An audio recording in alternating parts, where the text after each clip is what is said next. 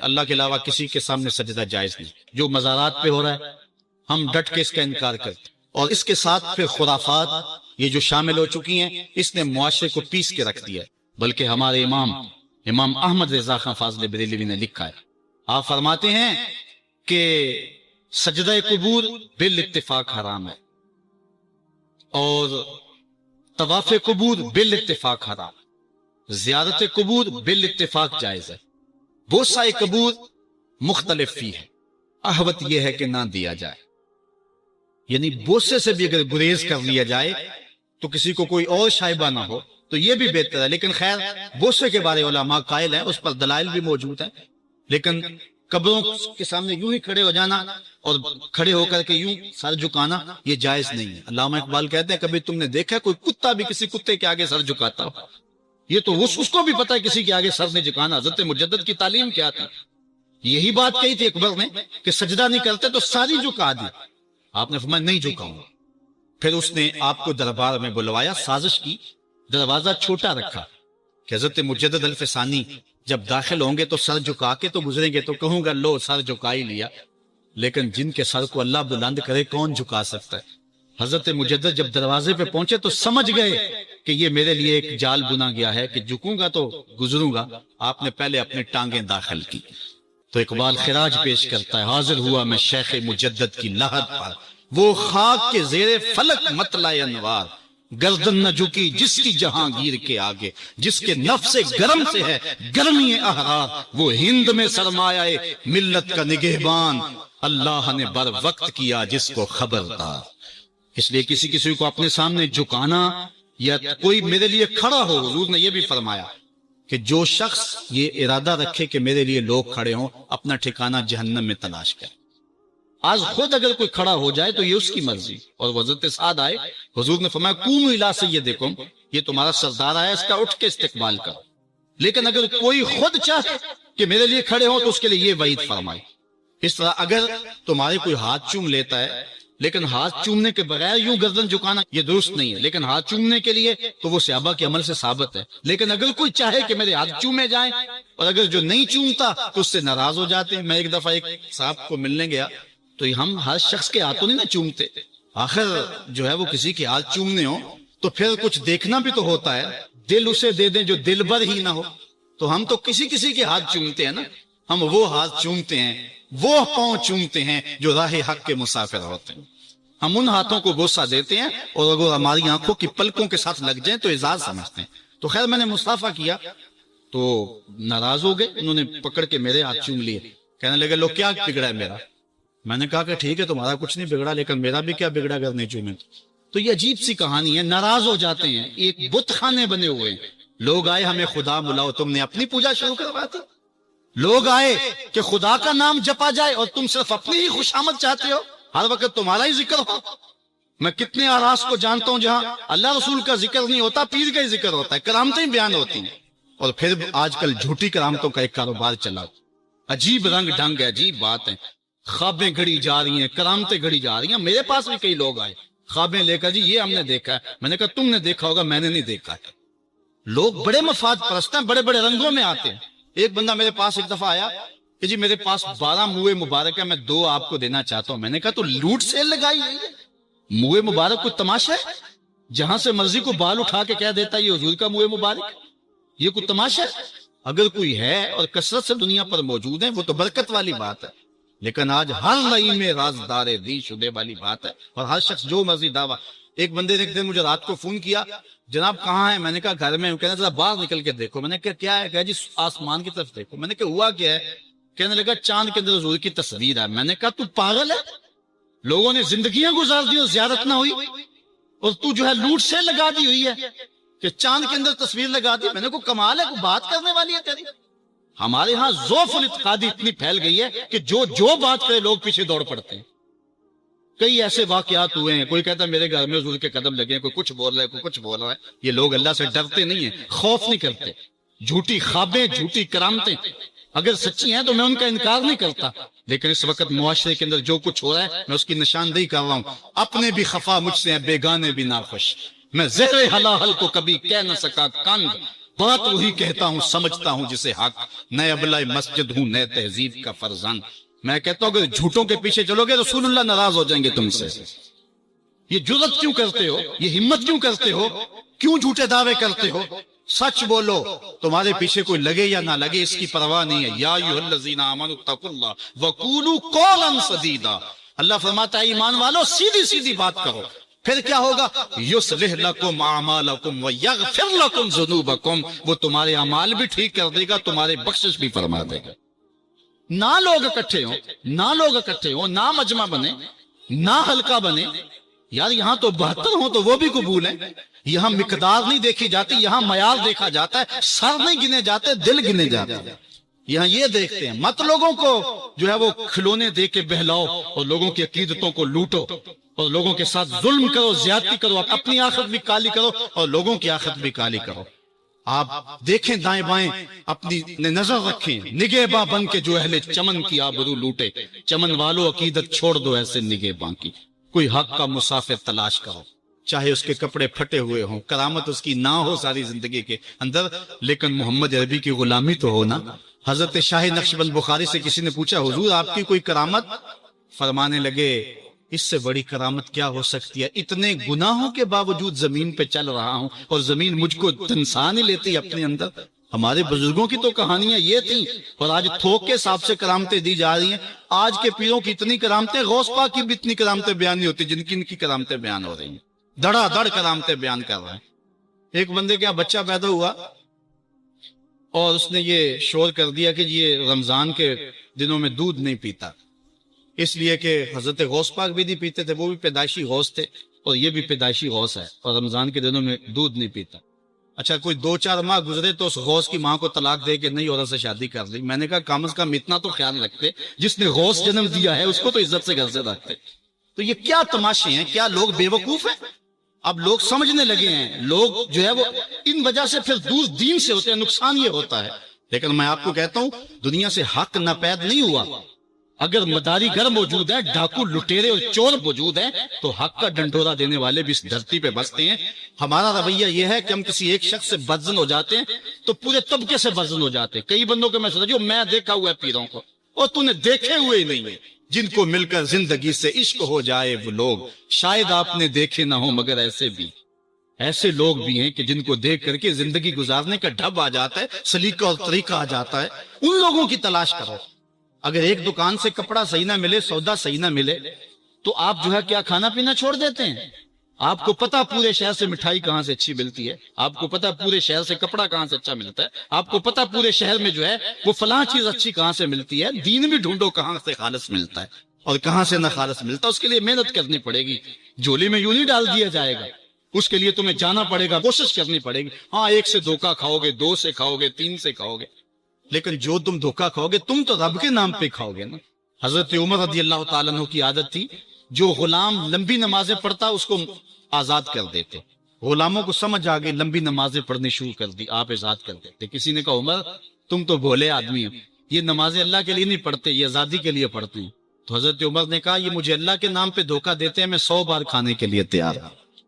ایک جگہ سے دھوکہ کھایا، 2 سے کھایا، 3 سے کھایا، 4 سے کھایا، جب تمہاری نیت ٹھیک ہوگی منزل ضرور ملے گی۔ یہ ہو نہیں سکتا۔ خورش دے بدرا جو کب کو امام کہ یک روز افتد ہمائے بدام۔ سادی کہتے ہیں چارہ ڈالتا جا، دانہ ڈالتا جا، کبھی تتر آئے گا، کبھی مور آئے گا، کبھی کبوتر آئے گا، پھر ایک دن جس کو تو تلاش کرتا ہے وہ ہما بھی تو آ ہی جائے گا نا۔ اس لیے حق کے سفر کو نہ چھوڑنا، چلتے رہنا، اور راہ حق کی جو ہے منزل پر جو ہے وہ انشاءاللہ ایک دن ضرور گامزن ہوگے۔ بات لمبی ہو رہی ہے، ہم نے اپنی اصلاح ان سارے پوائنٹس میں کرنی ہے۔ میں آپ کو 4-5 باتیں خاص طور پہ ضرور عرض کرنا چاہتا ہوں۔ ایک، اپنے عقیدے کی اصلاح کریں، اس میں کوئی پل پلا پن نہ آنے دیں اور کوئی اس کے اندر کوئی نرمی نہ آنے دیں۔ جس شخص کے سینے میں حضور علیہ الصلوۃ والسلام کے لیے بغض دیکھیں، ایک لمحے میں اس سے جدا ہو جائے۔ جس کے سینے میں، جس کی زبان پر صحابہ کے لیے کوئی نازیبا لفظ دیکھیں، ایک لمحے کے لیے اس سے جدا ہو جائے۔ جو اہل بیت کو بھونکتا ہو پرواہ نہ کریں اس کی، چاہے قریبی رشتہ دار کیوں نہ۔ اولیاء اللہ کی عظمت جس کے سینے میں نہ ہو، اس کی دوستی کو ایک لمحے سے اپنے سے دور کرتے ہیں۔ علامہ رومی کہتے ہیں کہ تا توانی دور شو از یار بد، یار بد بدتر پود از مار بد۔ جتنی جلدی ہو سکتا ہے برے یار سے دور ہو جا، چونکہ برا یار برے سانپ سے بھی برا ہے، اس لیے سانپ لڑتا ہے تو جان جاتی ہے، یار لڑتا ہے تو ایمان جاتا ہے، اس لیے برے یار سے بچ، اپنی حفاظت کر، اپنے عقیدے کی اصلاح کر۔ اس کے بعد دوسری بات جو اہم ہے، والدین کو کبھی اذیت نہ دینا۔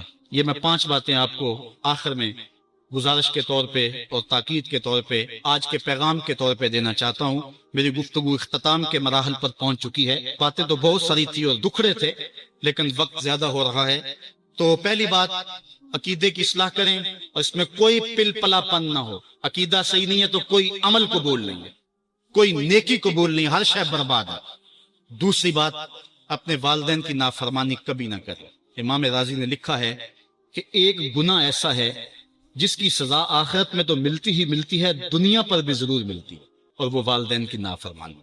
اور ایک نیکی ایسی ہے جس کا فائدہ آخرت میں تو ہوتا ہی ہوتا ہے، دنیا میں بھی ضرور ہوتا ہے، اور وہ والدین کی فرما برداری۔ نہیں تو نشان لگا لے اس شخص پہ جو والدین کا گستاخ ہے، ساری زندگی اس کو ذلیل ہوتے دیکھیں، اور اس شخص پہ بھی نشان لگا لے جو والدین کا فرما بردار ہے، زندگی میں آپ اس کی پگڑی کو کبھی جھکا ہوا نہیں دیکھیں گے، اللہ اس کی عزت کی حفاظت کرے گا۔ اور والدین کے لیے جو شخص روزانہ دعا کر دیتا ہے، میں نے کتب میں پڑھا ہے، ساری زندگی اس کے رزق میں بے برکتی نہیں آتی۔ اس لیے اپنے والدین کو راضی کرنا، عقیدے کی درستگی کے بعد اپنے والدین کو جا کے راضی کرنا۔ اگر کسی کے والدین ناراض ہیں، ہاتھ جوڑ کے معافی مانگنے میں کوئی شرم محسوس نہ کریں، پاؤں پکڑ لیں، منتیں کریں، ان کو راضی کر لیں۔ اللہ کی رضا والدین کی رضا میں، اور اللہ کی ناراضگی والدین کی ناراضگی میں ہے۔ اور حضور علیہ السلام نے فرمایا 4 لوگ ایسے ہیں جن کو جنت میں جانے سے کوئی شے نہیں روک سکے۔ وہ 4 لوگ کون ہیں؟ ایک وہ شخص کہ جو اس حال میں مرا کہ اس کے والدین اس پہ راضی تھے۔ دوسرا وہ شخص کہ جس نے ایسی سچی توبہ کی کہ گناہ کی طرف دوبارہ پلٹنا اس کے لیے اتنا مشکل تھا جس طرح تھن سے نکلا ہوا دودھ واپس جانا مشکل۔ تیسری وہ عورت جو اس حال میں دنیا سے رخصت ہوئی کہ اس کا شوہر اس کے اوپر راضی تھا۔ اور چوتھا وہ شخص کہ جس کے بال بچے زیادہ تھے، ذرائع آمدنی تھوڑے تھے، لیکن اس کے باوجود اس نے اپنے بچوں کے پیٹ میں حرام کا ایک لقمہ نہیں جانے دیا۔ تیسری بات، اپنی نظر اور شرمگاہ کی حفاظت کریں۔ اس دور کا سب سے بڑا فتنہ یہ ہے کہ نگاہیں پاک نہیں، نگاہیں غلیظ اور گندی ہو گئی، شرمگاہوں میں وہ تقدس نہیں رہا۔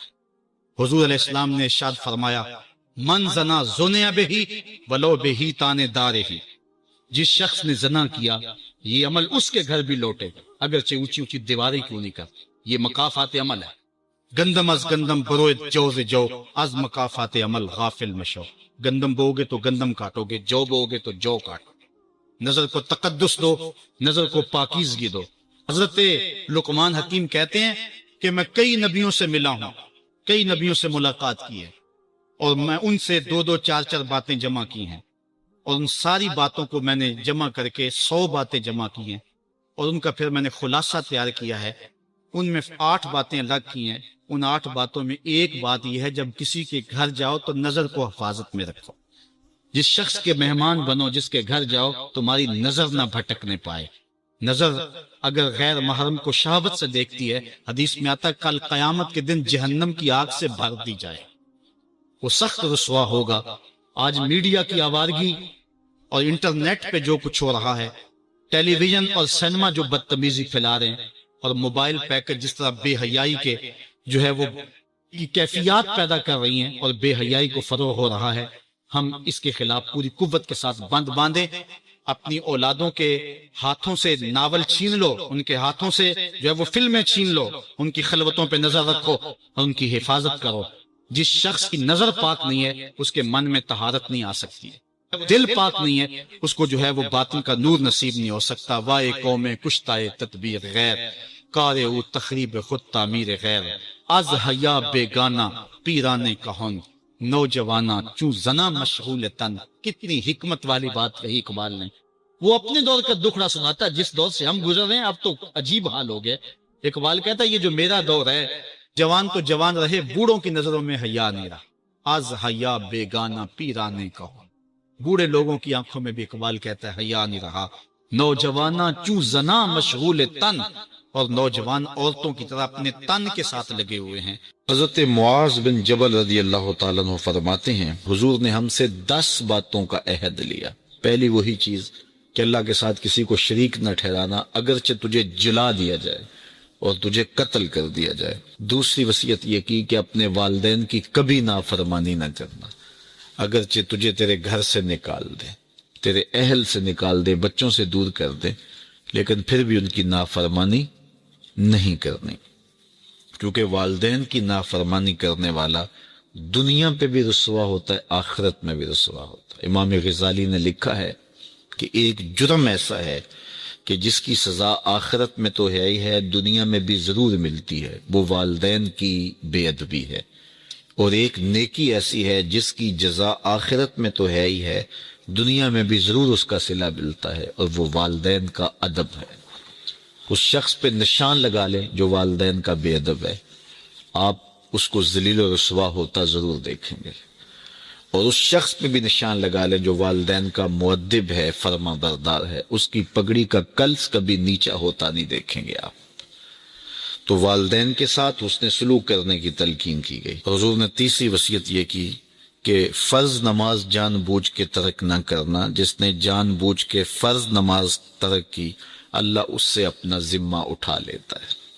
اللہ کا ایک ذمہ ہوتا ہے جو بندوں کا اس نے لیا ہوتا ہے اپنے محض کرم سے، تو پھر وہ ذمہ اٹھا لیتا ہے۔ پھر وہ دیکھیے اللہ ذمہ اٹھا لے تو پھر وہ سوائے ذلیل ہونے کے اور کیا اس کا مقصوم ہوگا، تو ذلت ہی ذلت اس کا مقدر ہوگا۔ اللہ اکبر۔ آج ہم کہتے ہیں پوری دنیا کے اوپر کہ مسلمان کیوں ذلیل اور کیوں رسوا ہو رہے ہیں، 5-7% مسلمان جو ہے وہ نمازی ہیں، تو پھر جب یہ حالات ہوں گے تو پھر اللہ اپنا ذمہ اٹھا لے گا۔ جب وہ اپنا ذمہ اٹھا لے گا تو پھر ہمیں جو مرضی توڑے، جو مرضی مارے، پھر اس کا ذمہ اٹھ گیا تو وہ ذمہ ہم سے اٹھا لیتا ہے اگر ہم اس کے حضور سجدہ ریزیاں نہیں کرتے۔ اور یہ بھی حضور نے وصیت کی کہ کبھی شراب نہیں پینی، اس لیے کہ ہر بے حیائی کی جڑ ہے، اور فرمایا معصیت سے، گناہ سے بچنا، اگر کوئی گناہ کرتا ہے تو پھر اللہ تعالیٰ اس سے ناراض ہو جاتا ہے۔ چھٹی بات حضور نے یہ ارشاد فرمائی کہ جب جنگ میں کھڑے ہو تو پھر پیٹھ دکھا کے بھاگنا نہیں ہے، اگرچہ لوگ کٹ کٹ کے گر رہے ہوں تو میں صلی اللہ العافیہ، اللہ سے عافیت مانگو، یعنی اللہ سے مانگو عافیت، بیماری نہ مانگو، آزمائش نہ مانگو، مشکل نہ مانگو، لڑائی نہ مانگو، جنگ نہ مانگو، لیکن اگر پڑ جائے تمہارے اوپر تو پھر استقامت دکھاؤ، پھر بھاگنا نہیں ہے، اور یہ کبائر میں سے جنگ سے بھاگ جانا۔ تو فرمایا کہ اگرچہ لوگ کٹ کٹ کے گر رہے ہوں تو جنگ سے بھاگنا نہیں ہے، اور یہ بھی وصیت لی کہ کسی جگہ پہ کوئی بیماری آ جائے اور لوگ موت کا شکار ہو جائیں تو پھر ثابت قدم رہنا ہے، وہاں کو چھوڑ کے بھاگنا نہیں ہے۔ اور 8ویں وصیت حضور نے یہ لی کہ اپنے اہل و عیال پر، اپنے بچوں پر، اپنی بیوی پر اپنی استطاعت کے مطابق کھل کے خرچ کرو، بخل نہ کرو، ان سے ان کی ضروریات کو صحیح پورا کرو۔ اور 9ویں حضور نے یہ وصیت کی کوڑا لٹکا کے رکھو، ان کو ادب سکھانے کے لیے، دین سکھانے کے لیے، اور ان کو اچھائیوں کا خوگر بنانے کے لیے، برائیوں سے بچانے کے لیے باپ گھر کے اندر جو ہے وہ کوڑا لٹکا کے رکھے، چھڑی لٹکا کے رکھے۔ یعنی مطلب کیا کہ اولاد کو پتہ ہو کہ اگر ہم نے نافرمانی کی اور اللہ کے حکموں کو توڑا، ہم نماز نہ پڑھی، تو پھر یہ ہمارے اوپر ڈنڈا برسے گا بھی۔